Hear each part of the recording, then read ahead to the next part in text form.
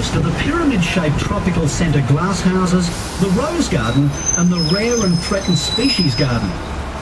Here we are then at our stop for the Botanic Gardens.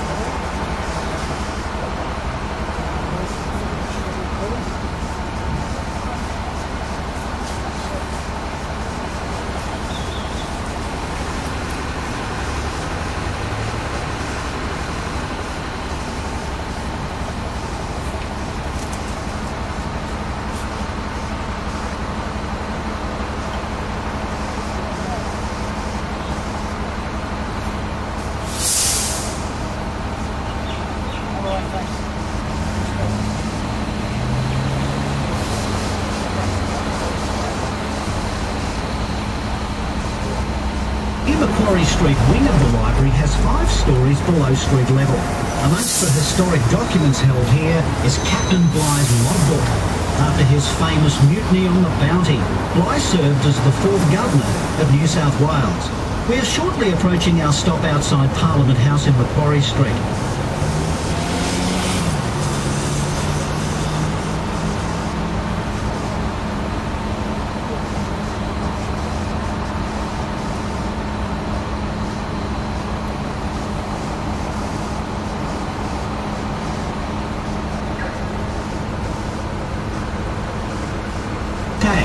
No flies on them. The New South Wales Parliament itself is the oldest in Australia, having been set up with the Legislative Council in the 1820s and the home of responsible government since 1856. Tours of Parliament House are available Monday to Friday, 9:30 a.m. to 4 p.m. If you'd like to visit this area, this is the stop for you.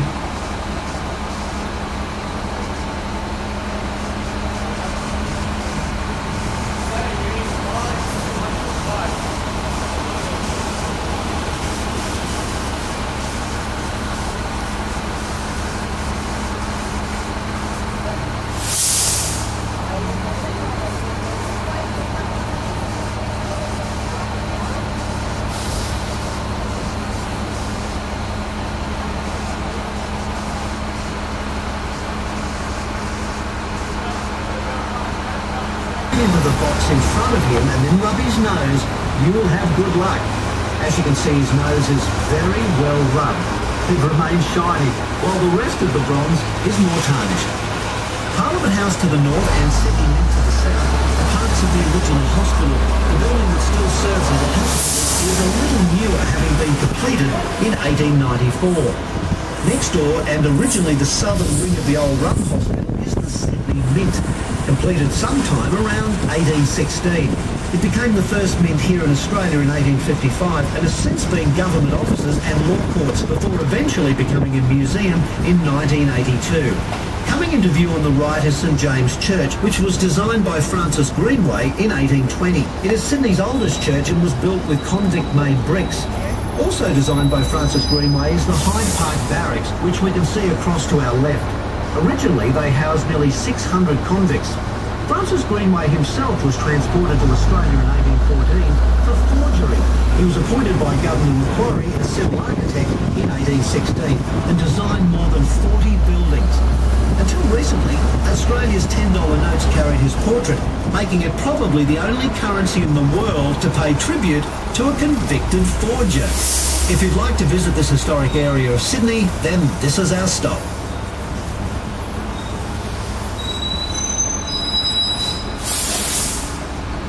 Australia.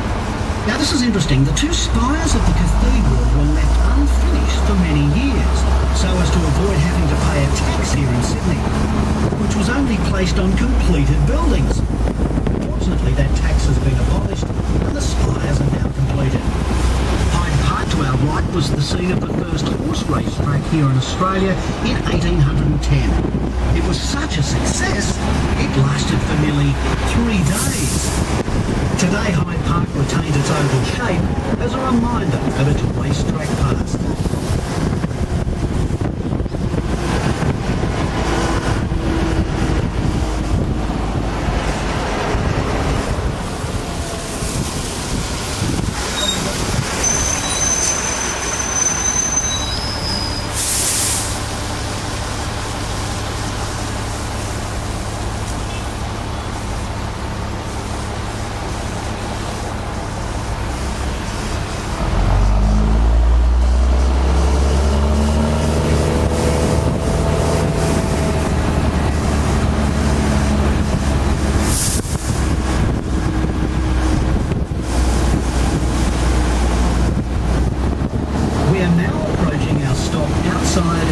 Australian Museum.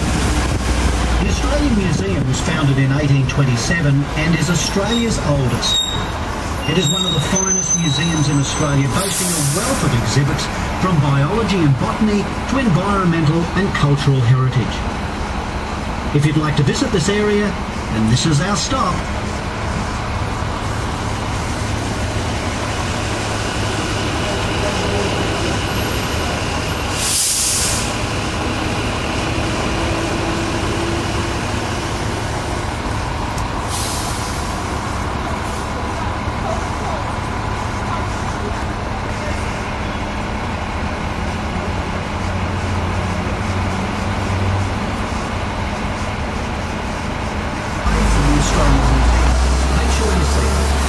If you look to our right into Hyde Park, we should be able to see the Anzac Memorial and the Pool of Reflection. The Anzac Memorial today stands as a monument to all of Australia's war dead, and every day here at 11 a.m. a short service takes place that can be attended by visitors. Lest we forget.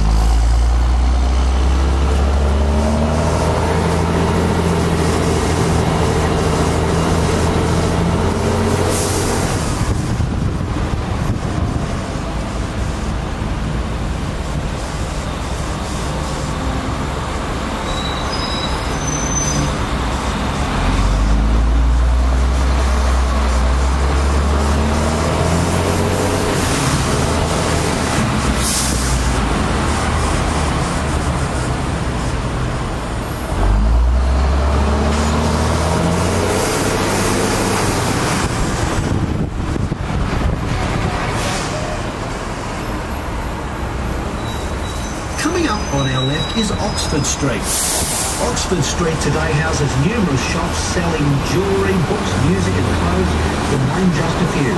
In 1811, a Captain William Roberts was paid 14 gallons of rum to build a road following the track from Sydney town to South Head, called the South Head Road. Despite his payment in rum, he still managed to keep the road fairly straight.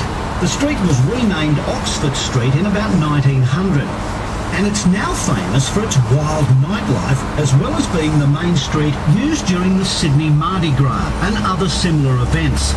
The gay and lesbian Mardi Gras began in 1978 as a protest, attracting 1,000 people. It now pulls in around 500,000 spectators. These streets are filled to capacity. An esky or solid cooler box to stand on is a good accessory if you want to see some of the parade.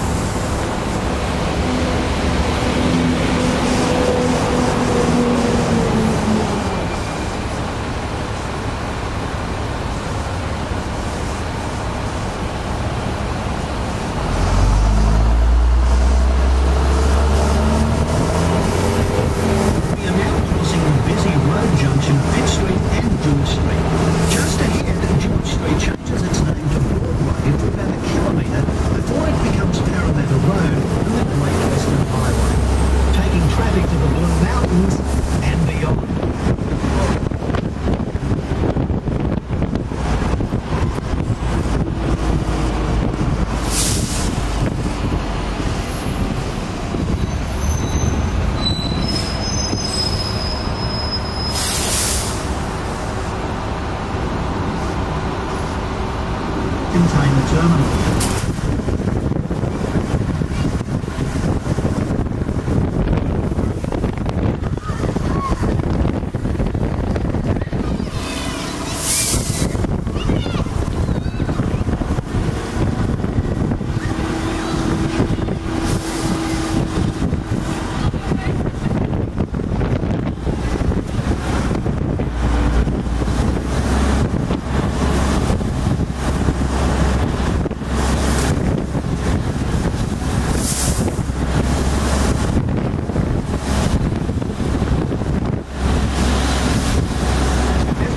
Road veers to the right ahead, and looking across the harbour, we should be able to see a small tower that is actually the home of the shipping control of Sydney Harbour. This structure is also locally known as the Pill because it controls the berths in the harbour. This position is manned 24 hours a day and is responsible for all movements in and out of Sydney Harbour. Also, as we continue around Karama Road, we're going to pass some more of Sydney's famous finger wharves in Jones Bay. Having served their intended purpose, most of them for years as commercial offices.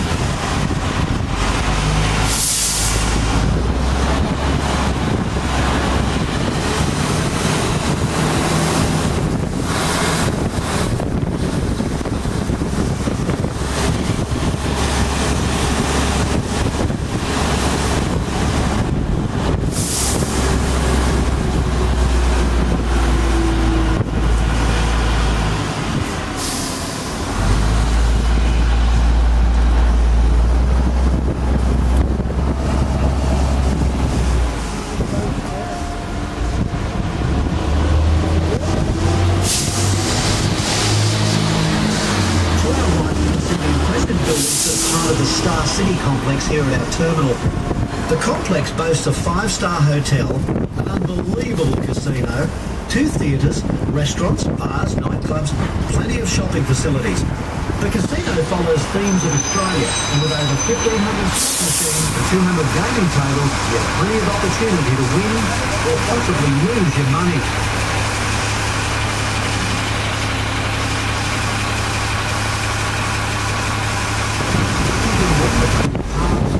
Relaxing waterfalls. The gardens were opened in 1887, which is twinned with New South Wales. It is possible here to take refreshments as well as a variety of Chinese teas in a traditional building in the gardens at the top of the stairs in the tea room courtyard. Look out for any low branches, especially after rainfall when they may be weighed down just a tad.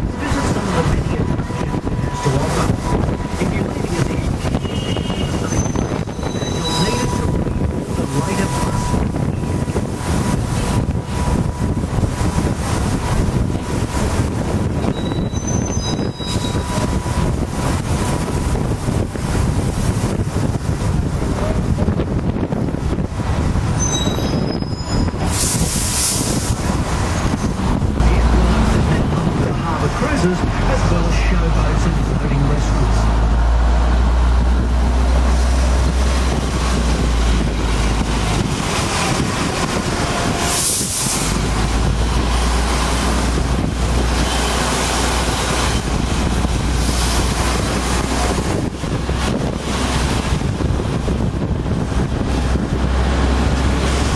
Here in Kingsley, you can also avoid the city sightseeing, pop off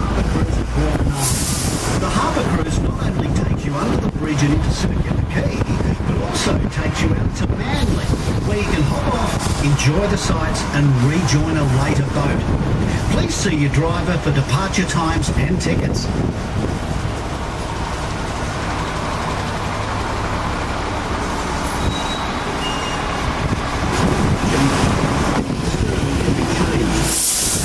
interior leads to old buildings finding new uses. An example of this can be seen on our left, where walls 4 and 5 are now homes to the Sydney Dance Company, the Sydney Theatre Company, as well as the Sydney Philharmonia Choirs.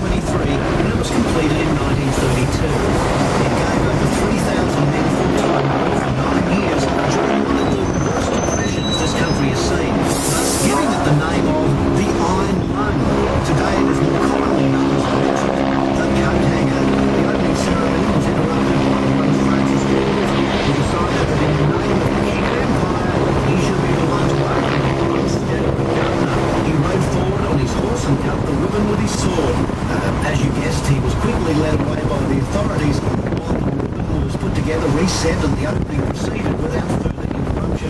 The bridge was designed by Sir John Bradford and is said to be based on the Australian soldiers attacking the sun. Today it is possible to climb a bridge that gives spectacular views. However, it is not for the faint-hearted. The bridge itself carries more than 150,000 vehicles a day across an 8-lane highway. It also has right, you may be able to see some cannons that form part of the old defences of Sydney Harbour, whilst on our left we have a magnificent photo opportunity of the Sydney Opera House. The Sydney Opera House took nearly 14 years to complete, was fraught with technical, financial and political problems, but it was eventually opened by Queen Elizabeth II in 1973. We shall be closer to the Opera House later on our tour.